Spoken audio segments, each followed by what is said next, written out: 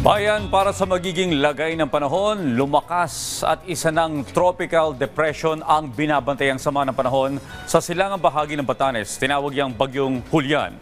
Kung saang lugar ang maapektuhan yan, alamin natin sa update ni Pag-asa Weather Forecaster Glyza Esculiar. Magandang umaga po sa inyo, ma'am. Magandang umaga rin po, at para po sa lagay ng ating panahon, ang low pressure area sa silangan po ng Batanes ay ganap ng isang bagyo at pinangalanan po itong Julian. Huling namataan na alas 4 po ngayong umaga, 525 km silangan ng Itbay at Batanes, at taglay ang lakas na hangin na 55 km per hour malapit sa gitna at bugsong umaabot hanggang 70 km per hour.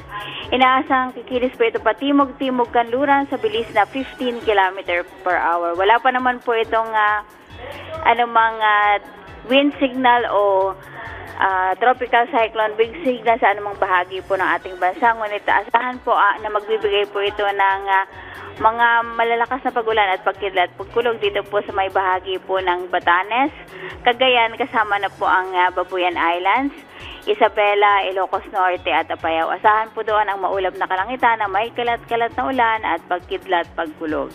Sa Metro Manila at nalalabing bahagi ng ating bansa, bahagyang maulap pa lamang po ang kalangitan at posible lamang po ang mga localized na mga pag-ulan. Itong bagyong Julian po ay inaasahang kilos hanggang linggo po ng patimog-timog kanluran at maaring makalapit po dito po sa silangang bahagi po ng Cagayan Valley, particularly dito po sa may Isabela, Cagayan at sa mga isla po ng Babuyan at Batanes sa mga susunod na araw. At makakalabas lamang po ng Philippine Area of Responsibility, inaasahan po natin midweek pa po. So ibig sabihin po mga either Wednesday or Thursday po makakalabas ng Philippine Area of Responsibility at bilang isang typhoon category po. Yan po ang latest mula dito sa Weather Forecasting Center ng Pag-asa. Ito si Glyza Esculiar, nag-uulat. Maraming salamat, Glyza Esculiar.